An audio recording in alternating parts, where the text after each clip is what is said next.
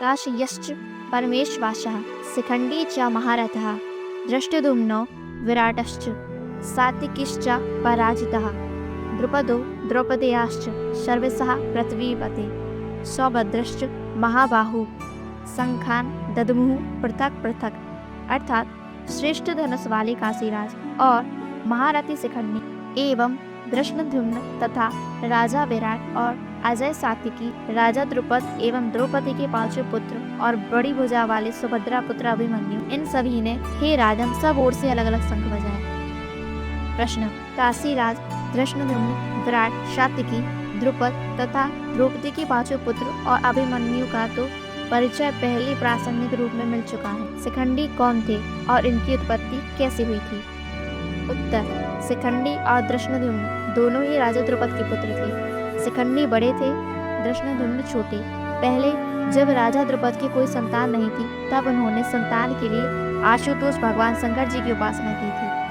भगवान शिव जी के प्रसन्न होने पर राजा ने उनसे संतान की याचना की। तब शिव जी ने कहा तुम्हें एक कन्या प्राप्त होगी। राजा द्रुपद बोले भगवान मैं कन्या नहीं चाहता, मुझे तो पुत्र चाहिए। इस पर शिव जी ने कहा वह कन्या ही आगे चलकर पुत्र रूप में परिणत हो जाएगी। इस वरदान के फलस्वरूप राजा द्रुपद के घर कन्या उत्पन्न हुई। राजा को भगवान शिव के वचनों पर पूरा विश्वास था, इसलिए उन्होंने उसे पुत्र के रूप में प्रसिद्ध किया। रानी ने भी कन्या को सबसे छिपाकर असली बात किसी पर प्रकट नहीं होने दी। उस कन्या का नाम भी मर्दोकासा शिखंडी रखा और उसे राजकुमारी की पोशाक पहनाकर यथाक्रम विधि पूर्वक विद्या अध्ययन कराया।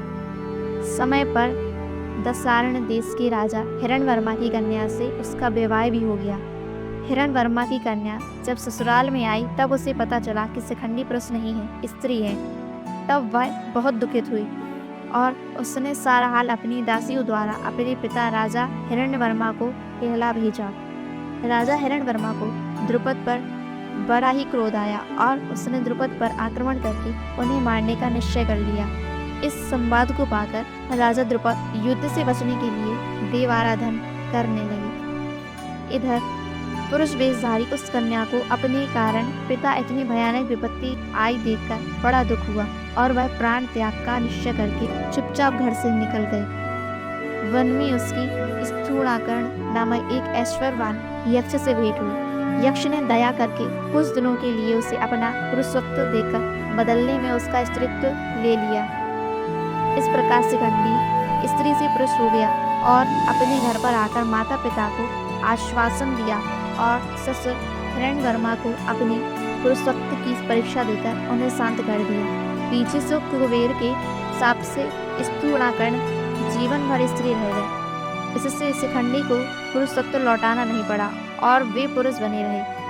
भीष्म पितामह को यह इतिहास मालूम था, इसी से वे उन पर शस्त्र प्रहार नहीं करते थे। ये शिखंडी भी बड़े सूरवीर महारथी योद्धा थे। इन्हीं को आगे करके अर्जुन ने पितामह भीष्म को मारा था। प्रश्न, इन सभी ने अलग अलग शंख बजाए, इस कथन में भी कोई खास बात है? उत्तर, सिर्फ शाह शब्द के द्वारा संजय यह दिखलाते हैं कि कृष्ण 5 पांडव और काशीराज आदि प्रधान योद्धाओं के जिनके नाम लिए गए हैं अतिरिक्त पांडव सेना में जितने भी रथी महारथी और अतिरथी वीर थे, सभी ने अपने अपने शंख बजाए। यही खास बात है।